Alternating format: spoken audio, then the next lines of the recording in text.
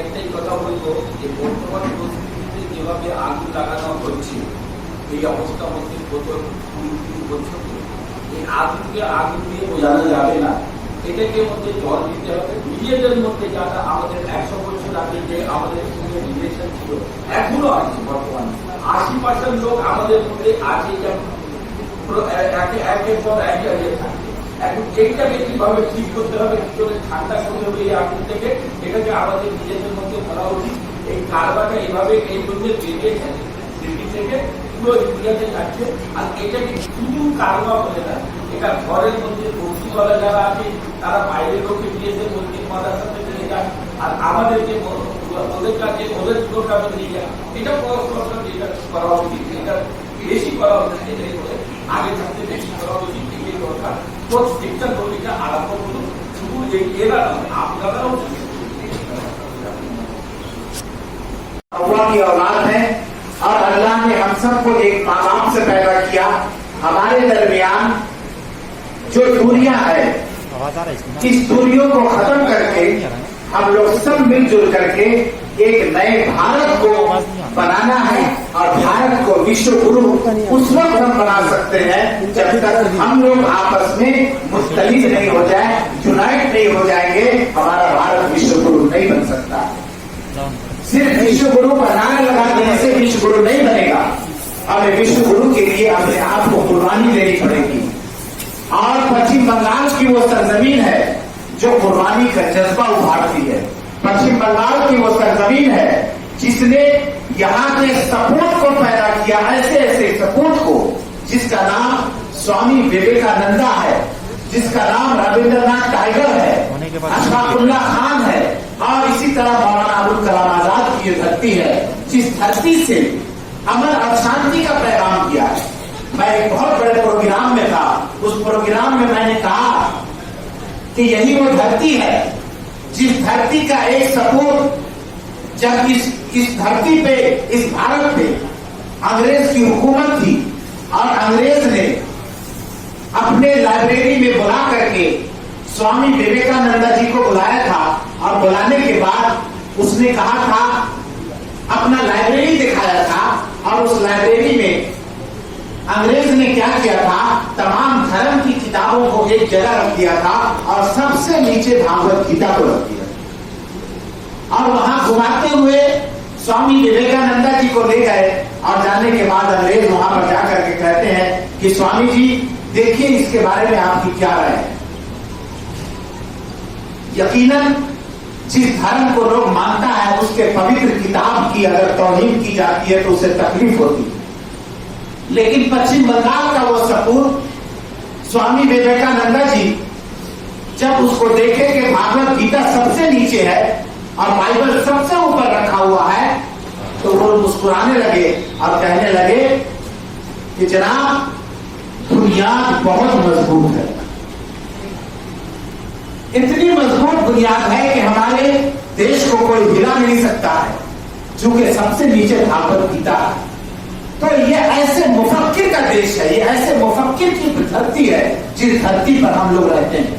आज पश्चिम बंगाल से ऐसी तरह से मंफी में मुस्बत सोच पैदा करने वाले को बनाना है। हम अपने नौजवानों को इसके लिए बुलाते हैं और हम ये दावत देते हैं कि आप आए और पश्चिम बंगाल से अमन शांति का काफिला निकाल करके, जिस तरह ऑल इंडिया मिली काउंसिल पूरे देश में ले जाने का पैगाम ये बेड़ा उठा रखा है। और यही ऑल इंडिया मिली काउंसिल है जिसने टाटा जैसे कानून को कल आदम करार दिलवाया था, पूरे पार्लियामेंट का अमन शांति के साथ घेराव किया था, और सरकार टाटा को वापस लेने पर मजबूर हो गई।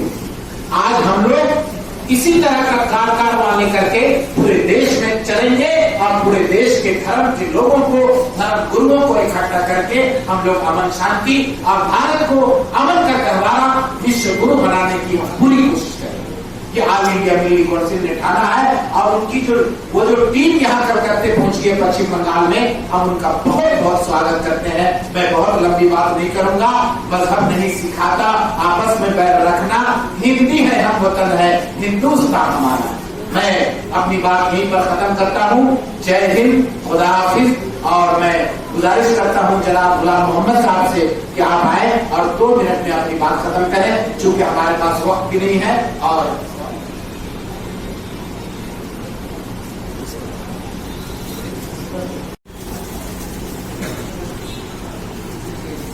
दिल्ली काउंसिल वेस्ट बंगाल की जानिब से हमारे ऑल इंडिया दिल्ली काउंसिल के वाइस प्रेसिडेंट और पंडित जी जो यहाँ पर तस्वीर लाए हैं, ये एक अहम मकसद और एक अहम मिशन पर लिखे हुए हैं, जो आसाम का दौरा करते हुए इस वक्त मगरबी बंगाल में आए हैं। और उनका मिशन ये है कि सद्भावना जो हमारे दरमियान से खत्म हो चुका है, इसको किस तरह से बरकरार रखा जाए और किया जाए। इनकी कोशिशें हम उम्मीद करते हैं कि जिस तरह से आसाम में कामयाबी से हमकिनार हुआ है, मगरबी बंगाल में भी कल से लेकर आज तक जो इन्होंने मुख्तलिफ अफराद से मुख्तलिफ कम्युनिटी के आप यहाँ मंच पर देख रहे हैं कि एक तरफ हमारे सरदार जी हैं, दूसरी तरफ हमारे जैन भाई हैं, तीसरी तरफ हमारे पंडित जी हैं।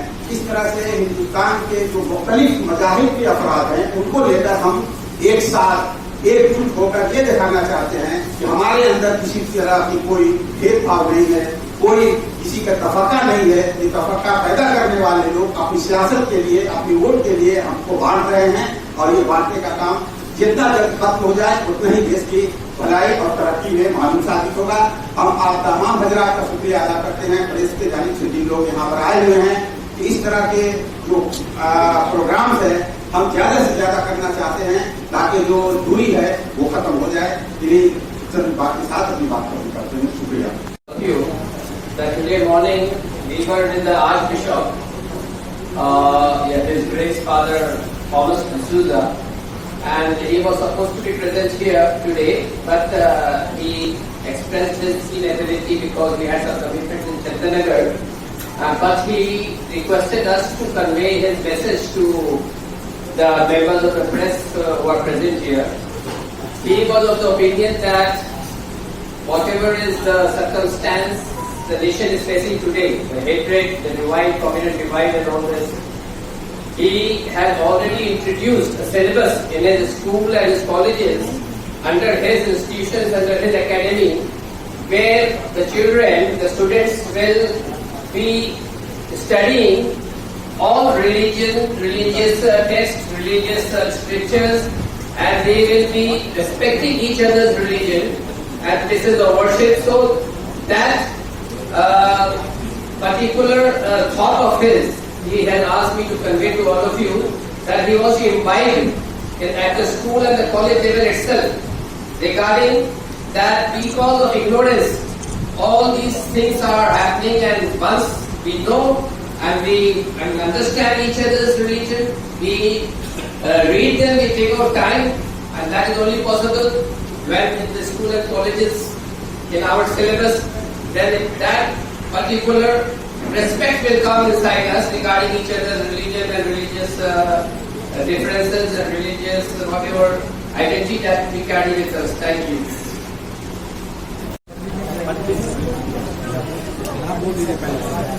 सर आपका नाम बता दीजिए पहले। नाम पंडित नितिन तिवारी हुआ। हम लोकतांत्रिक जन स्वराज पार्टी के नेशनल प्रेसिडेंट भी हुए, साथ साथ धर्मशास्त्री हैं। सबसे पहले मैं श्लोक से शुरुआत करूंगा। ओम देवो शांति अंतरिक्ष शांति है पृथ्वी शांतिरापः शांतिरोषधयः शांति ब्रह्म शांति सर्वगं शांतिरेव शांतिः सामा शांतिरेधि। ओम शांति शांति शांति। विपिन तिवारी जी जी बोले बोलिए। देखा गया वर्तमान समय में देश आजादी का दिवस लोकतंत्र की स्थापना के लिए जो हम भारतवासियों ने उम्मीद किया था कि अमन चैन सौहार्द पूर्वक यह देश चलेगा, वर्तमान समय में वैसा नहीं दिख रहा है। कहीं न कहीं से अशांति आ गई। महाभारत काल में असत्य को स्वीकार करने वाले कहिए, असत्य को देखने वाले विष्णु पितामह वो बड़े बलिष्ठ थे, परंतु उसको देखते रहे। कौरवों के द्वारा जो होना था हो रहा है, वो देख रहे थे। यद्यपि वो अगर अपना धनुष उठाते तो उनके सामने कोई बोलने वाला नहीं था, परंतु उन्होंने असत्य को देखा और वही रामायण काल में जटायु गिद्ध ने असत्य को देखा नहीं, उसका पीछा किया। तो हमारा आपका यह स्वभाव होना चाहिए कि हम असत्य को देखें नहीं, असत्य से लड़े, अशांति से लड़े, उसका पीछा करें। मैं पंडित बिपिन तिवारी, सत्याग्रह कमेटी, देश की आजादी में अहम भूमिका निभाई। वहीं से गांधी जी ने सत्याग्रह शुरू किया। हम दोनों भाई उसी धरती के जन्मे हुए हैं। हमारा नाम पंडित बिपिन तिवारी, बड़े भाई का नाम जनाब मौलाना निस्फुर रहमान कासमी साहब। हम दोनों संतान ने वहां से प्रण लिया है कि इस अशांति रूपी भूत को जिस तरह अंग्रेज 7 समुद्र पार भागा, उसी तरह इस अशांति रूपी माहौल को, इस भूत को, इस हवा को हम दोनों भाई पूरे भारत का भ्रमण कर इसे भगा के ही दम लेंगे। और वो जटायु विधि की भांति चाहे पंख कटे, परंतु हम उस अशांति, उस असत्य हवा का पीछा करते रहेंगे और उसको भगा देंगे। हवा का कोई रंग नहीं होता है, हवा का कोई प्रकार नहीं होता है। वो अशांति फैलाने वाला चाहे जो हो, उस हवा के पीछे हम लोग लगे हैं और उससे यहाँ से भगा के। जो सियासत में बैठे हैं, जो हिंदुस्तान के सरबराह है, कहीं उनकी भी तो ये रिस्पॉन्सिबिलिटी है कि जो माहौल को खराब कर रहे हैं उसको दंड दिया जाए, जबकि वो चेहरे पे आता भी है, जबकि कैमरे में पता चलता है कि कौन ये गलत काम कर रहा है, मगर उसको दंड क्यों नहीं दी जाती है? देखा जाए, समाज से ही निकल के कोई नेता सदन को जाता है।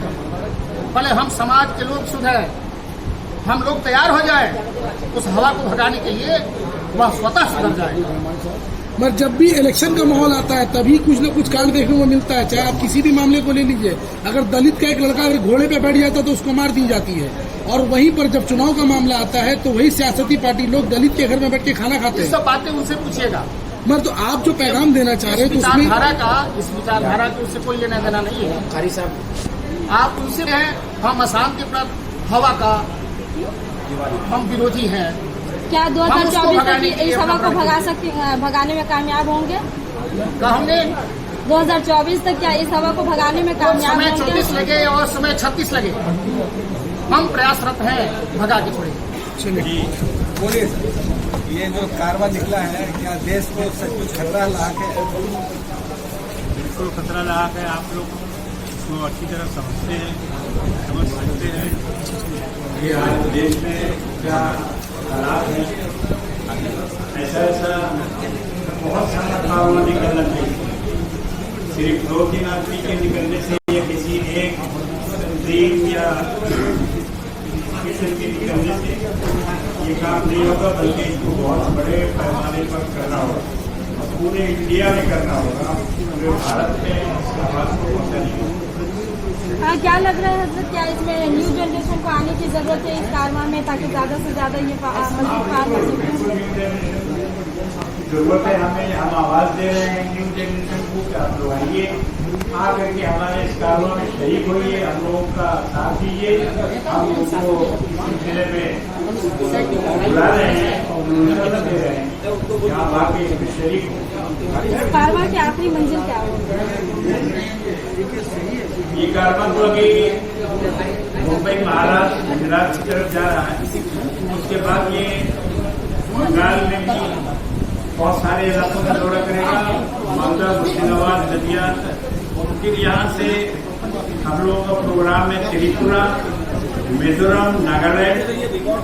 इस तरह से एक जोन बनाया हम लोगों ने और सबका अलग अलग जोन है और उसमें अलग अलग लोग जाने वाले हैं। यूक्रेन मामले में आप देखिए कि हिंदुस्तान के बेशुमार स्टूडेंट जो है वो फंसे हुए हैं, मगर प्रधानमंत्री जी का अब तक इस पर कोई एक्टिविटीज नजर नहीं आ रहा है।